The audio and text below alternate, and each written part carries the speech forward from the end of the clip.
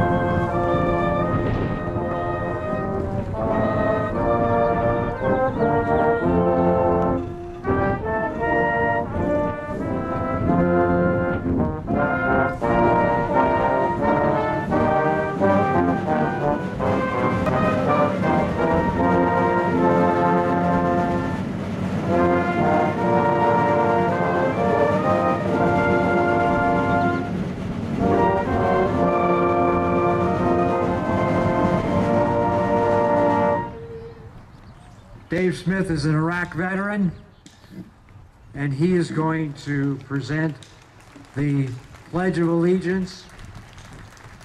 He's a member of Iraq-Afghanistan Veterans of America. Dave, it's an honor to present the mic to you. Thank you. Hey, Ed! Horne! I pledge allegiance to the flag of the United States of America and to the republic for which it stands, one nation, under God, indivisible, with liberty and justice for all. Order! Horne! Marine Lieutenant Charles Morris is the other veteran. He went in the Marines before World War II started, and he was one of the lucky Marines that ended up on Guadalcanal during those terrible days of '42. Charles Morris served on Guadalcanal, Tarawa, Tinian, and Saipan. Two distinguished veterans. The greatest generation, they're called. But we have a new greatest generation. And that's our Iraq-Afghanistan veterans. All volunteers.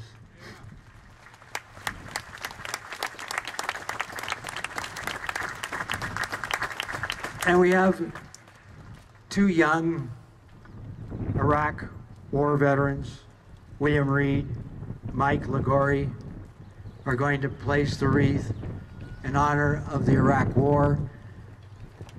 A lot of you don't know much about World War II that are younger, but everybody knows about Iraq and what's gone on the last 10 years. And they're going to place the wreath in honor of the sacrifice that our young Americans have been making in Iraq. The other thing is, today we're honoring Rennie Champagne. And if you look on the first page of your program, or the second page, Rennie was part of this great generation that we talked about a little bit ago. And he was a hero to me. He was my mentor. He did this ceremony for 40 years. He asked me to take the responsibility about 10 years ago because of his health. And Rennie was a hero to me because he was from the Great Generation. But Rennie Champagne was a special citizen of San Francisco. And he was also past state commander of the Veterans of Foreign Wars. Served on the battleship USS Mississippi. The battleship Mississippi was fortunate to be in the Atlantic on December 7th, 1941. And it wasn't sunk or damaged. But he was there with all of the old battleships that had been sunk at Pearl Harbor in 1944 for the Battle of Leyte Gulf, the last great naval engagement in the history of mankind between battleships. Rennie was there, and during that battle, a kamikaze aircraft hit the Mississippi. The ship was seriously damaged. There were fires. Rennie grabbed one of his wounded comrades and took him to sick bay. And then as he was leaving sick bay, he was going to go get another comrade, and the doctor said to Rennie, "Where are you going, sailor?" And he said, "I'm going to get another comrade." And the doctor told him, "No, you're going to lie down because your leg is bleeding, you're wounded." And that's how Rennie Champagne got his first found out he was going to get the Purple Heart, but also it sums up Rennie Champagne. And we're going to have the commander of his Veterans of Foreign Wars post, which he was so dedicated to, Rich Bruger, is going to place a wreath on the cenopath here in honor of Rennie. And Rich Bruger is also District 14 commander of the Veterans of Foreign Wars, and he's also commander of Post 8750. So gentlemen, please everyone stand, hand salute, and please place the wreaths. Okay, ladies and gentlemen, I thank those that place the wreaths. Please take your positions, and everyone please be seated.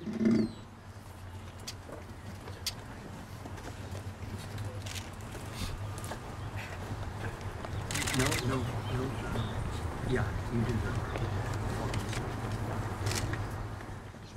that. At this time, I'd like to call on Kenneth Johnson with the National Cemetery Association, National Cemetery Administration, for the welcome address.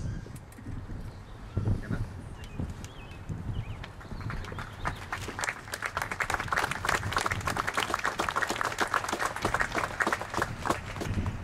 Good morning, and welcome to the 2012 Memorial Day Ceremony here at the San Francisco National Cemetery.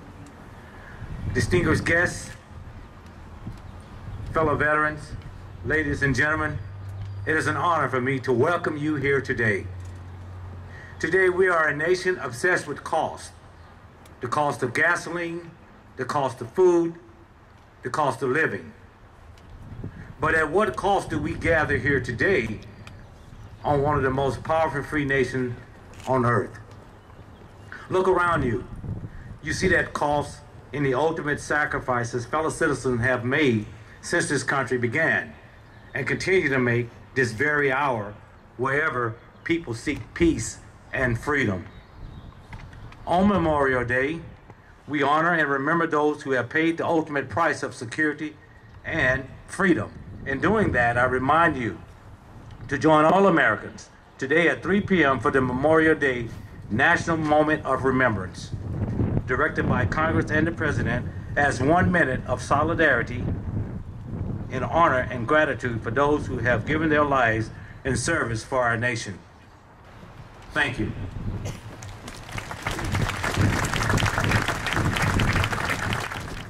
What a beautiful crowd. What a beautiful day at the Presidio. I'm honored to join with all of you to commemorate the service and sacrifice of those who were lost in battle, and to do so in this poignant place infused with meaning and with history. It certainly takes a lot of dedicated people to bring this commemoration together each year, and I wanted to thank Lisa Hillstrom and her team at the Presidio Trust as well.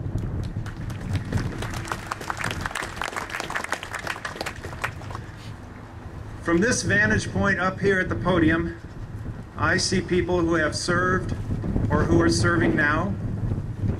I see monuments to those who have died. And I see hundreds of people who have come to honor them and to give their thanks.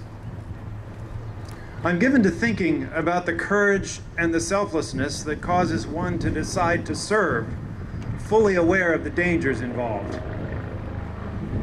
Is this our flyover? Sounds like our flyover.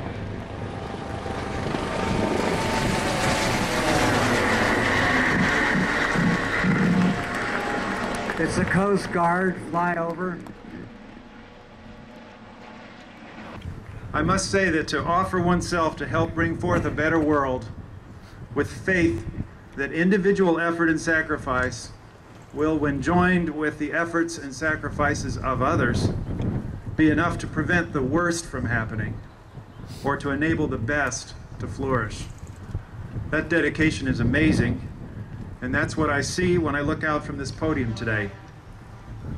That is what we must honor in those who have died, in their families, in the soldiers who serve, and the soldiers who have returned, some scarred and needing our help. It's our duty in remembering and honoring to keep faith with them, to work harder for peace, justice, and understanding, to build the world that they fought and died for. At the top of this cemetery, there are words carved into stone. Somber, poignant words meant to remind us and inspire us to keep that faith. In his poem, Young Dead Soldiers, Alistair MacLeish summons the voices of young men lost. They say, we have given our lives, but until it is finished, no one can say what our lives gave. They say our deaths are not ours, they are yours. They will mean what you make them.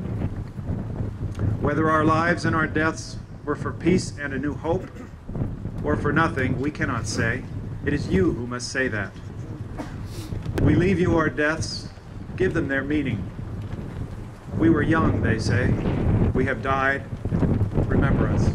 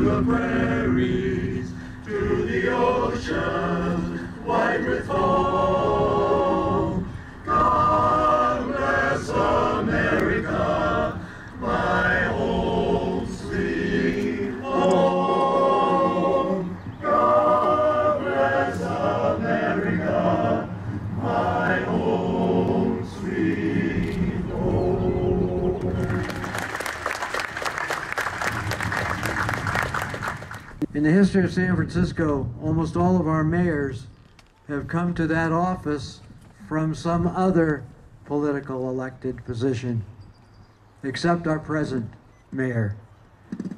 Our present mayor has been a worker for the city and has headed many city departments, including the Department of Public Works, and he's been city administrator. And it must be real tough on the department heads or anybody in city government when they try to pull the wool over our mayor's eyes, because he knows more about what's going on in the city than probably anyone else, maybe in the history of the city. So it's an honor to introduce our grassroots mayor, Ed Lee.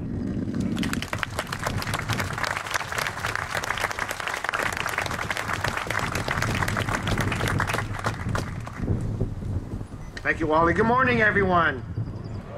Thank you all for coming together and joining all of us as we gather to honor the men and women of our American military who for over 2 centuries have risked their lives to protect the freedom that we enjoy every single day.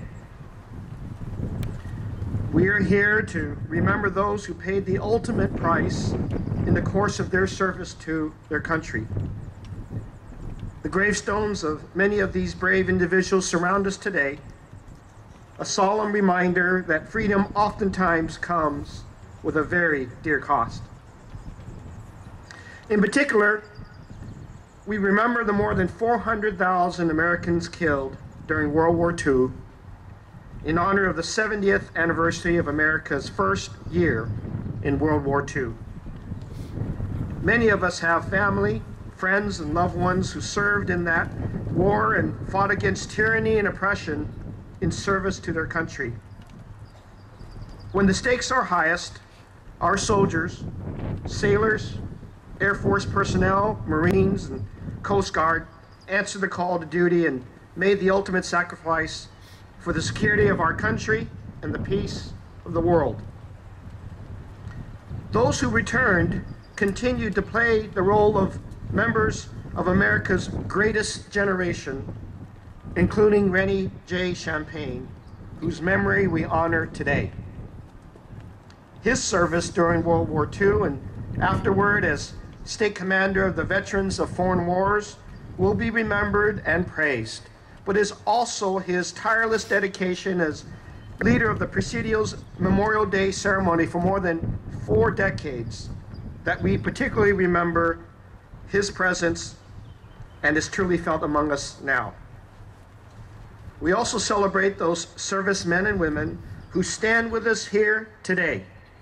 We thank you, our veterans, for your contributions and reaffirm our commitment to ensuring that we offer all the support and care that we can when you return to your homes and families.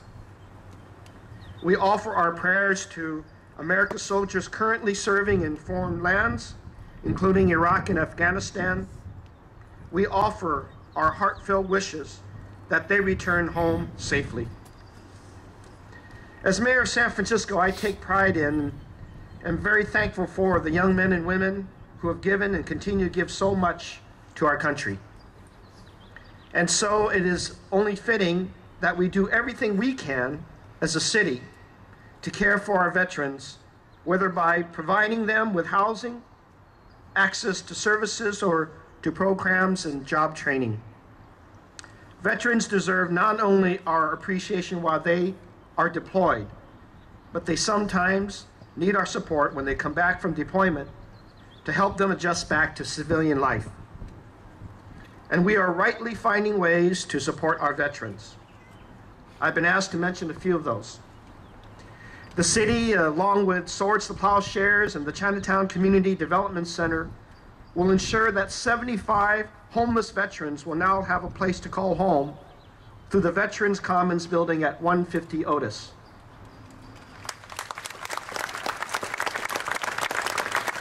Veterans will receive supportive services they need to get back on their feet.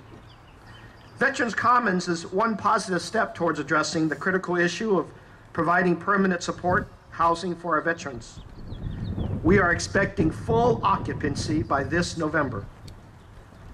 Last February, I announced that San Francisco was awarded 200 vouchers to the San Francisco Housing Authority in our effort to provide permanent supportive housing for formerly homeless veterans in San Francisco.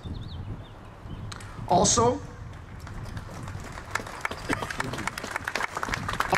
a working group has been created, which includes members from my administration, the Human Services Agency, Swords to Plowshares, the Veterans Administration, and the U.S. Housing and Urban Development, to continue looking for solutions to address this issue.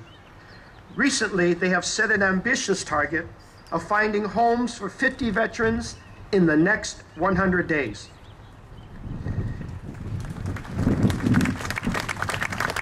One way to achieve this ambitious goal is to partner with local property owners in accepting federal housing vouchers for rental payment. That is where we need the help of landlords or property owners to assist us with housing for our veterans. This program is helping veterans with disabilities find permanent housing in our city. The vouchers offer landlords a steady income, and while it does that, it's an opportunity for our landlords to show thanks to our country's heroes by making a significant difference in the lives of veterans. Together with our federal and state counterparts and countless community-based veteran nonprofit organizations, we will continue the fight for the rights of our veterans, just as they have fought for ours. Also, with the help of some agencies like the San Francisco County Veterans Service Office, which offers comprehensive employment services, the city is working to provide job opportunities and training for our veterans. As part of our commitment to helping veterans get back on their feet, veterans will get job training through the One-Stop Career Center to get back into our job market as quickly as possible. Career advisors are working with veterans to quickly identify civilian job openings related to their prior military experience, locate and refer training programs, and identify benefits and other assistance after military services. And just this past March, I announced that we received funding from the Department of Labor for our Tech SF program, which will provide important jobs and training resources to our mid-career job seekers and veterans. And veterans, when you come to San Francisco, you're going to be part of our job, technology, innovation world, just as you've been all your life. In addition, they can also participate in our city build, construction administrative training programs, and healthcare academy. We are also committed to providing veterans access to essential services offered through our quarterly social services events like Project Homeless Connect, which also focuses our veterans through their Veterans Connect events. Finally, I am proud to live in a city whose communities show so much respect and reverence for our fallen soldiers. I believe in honoring our servicemen and women and making sure that their needs are met when they return. And I am committed to ensuring that the veterans in San Francisco get the assistance and recognition that they deserve. Thank you so much for coming to join us at this ceremony today. Please join me in offering thanks for the freedom we possess and those who fought to protect them. In closing, it is my honor to recognize Rennie Champagne and our veterans with this proclamation proclaiming today as Memorial Day here in San Francisco. Thank you very much.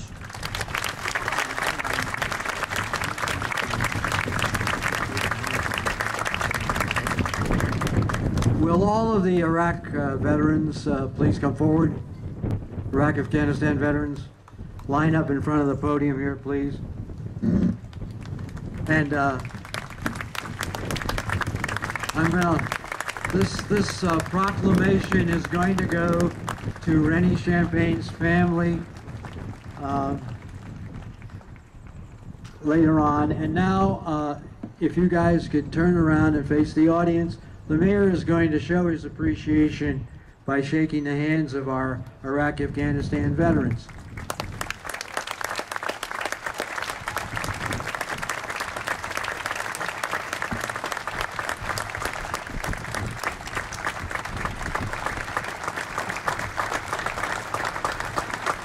In the many years that I've been around, in the mayor's speech that he just made, I know of no other mayor that is more committed to helping our returning veterans than Mayor Ed Lee. Thank you, Mayor Ed Lee. And thank you, Iraq, Afghanistan veterans, for your efforts. I think we should give them a big hand.